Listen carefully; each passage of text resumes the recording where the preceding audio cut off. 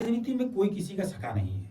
राजनीति शास्त्र के ज्ञाता आचार्य चाणक्य ने भी यह बात कही थी कि राजनीति का केवल राजधर्म होता है। सत्ता हासिल करने के लिए नेता और राजनेता कुछ भी कर सकते हैं और इन नेताओं के बाद इन नेताओं के विचारों से प्रभावित होकर के जनता उनके साथ एक आंदोलन में भाग लेती है, लेकिन उसके बाद जनता के हाथ में क्या हासिल होता है ये वक्त की बिसात तय करता है। आज हम बात करते हैं अन्ना हजारे और भारत जोड़ो यात्रा के बीच में संबंधों की। अन्ना हजारे का आंदोलन हम देख चुके हैं, उस आंदोलन के बाद जनता को क्या हासिल हो गया ये सब जानते हैं। और अब आया भारत जोड़ो यात्रा। भारत जोड़ो यात्रा के बाद जनता को क्या हासिल होगा इसके बारे में बात करते हैं। जन आंदोलन और राजनीति के बीच में क्या संबंध है इसके बारे में हम देखते हैं।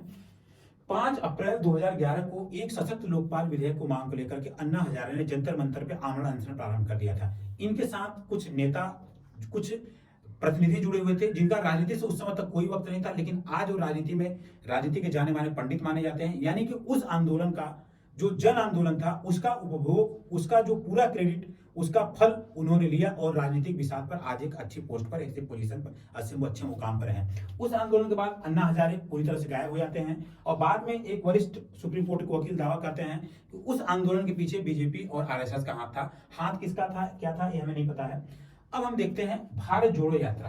कांग्रेस अपनी बुनियाद खोती जा रही है। इस बुनियाद को गढ़ने के लिए राहुल गांधी, जो कि कांग्रेस के उत्तराधिकारी माने जाते हैं, उन्होंने एक भारत जोड़ो यात्रा प्रारंभ की थी, जिसका उद्देश्य नई दिल्ली में भाजपा के नेतृत्व वाली सरकार के विभाजनकारी राजनीति के खिलाफ, यानी कि जो विभाजनकारी राजनीति करते हैं उनके खिलाफ वो एक यात्रा, भारत जोड़ो यात्रा कर रहे हैं, जहां पे इन विभाजनकारी शक्तियों को दूर किया जा सके। इनका मुख्य उद्देश्य था मूल्य वृद्धि, बेरोजगारी, राजनीतिक केंद्रीकरण, विशेष रूप से भय, कट्टरता और राजनीति और नफरत के खिलाफ लड़ने के लिए बनाया गया था। इस यात्रा के लिए 3570 किलोमीटर की यात्रा तय करेंगे। कुल 12 राज्य और 2 केंद्र शासित राज्यों से होकर के गुजरेगी और यह कन्याकुमारी से लेकर के श्रीनगर तक जाएगी। राहुल गांधी इन यात्राओं में खूब लोकप्रियता हासिल कर रहे हैं, लोगों से मिल रहे हैं, लेकिन इस यात्रा के बाद जनता को क्या हासिल होगा हम बात करेंगे। लेकिन हम देखते हैं कि अन्ना हजारे, जिन्हें किशन बाबूराव हजारे एक भारतीय समाज सेवक रूप में जाना जाता है, 1992 में भारत सरकार द्वारा इन्हें पद्म विभूषण पुरस्कार दिया गया था और सूचना के अधिकार के लिए भी इन्होंने काफी कोशिश किया गया था। लेकिन अन्ना के बारे में एक बात कही जाती है कि उस समय जब आंदोलन चल रहा था तो अन्ना की तुलना महात्मा गांधी से भी की जाने लगी थी। लेकिन उस आंदोलन के बाद अन्ना कहां गायब हो गए, किस जगह गायब हो गए, उनका अभी तक क्या राजनीतिक कोई भी सरगर्मिता नहीं दिखी। यानी कि राजनीति में या समाज में किसी भी बिंदु को लेकर के उनका राजनीतिक प्रतिरोध या समाज के प्रति कोई ऐसा जन आंदोलन उन्होंने नहीं किया।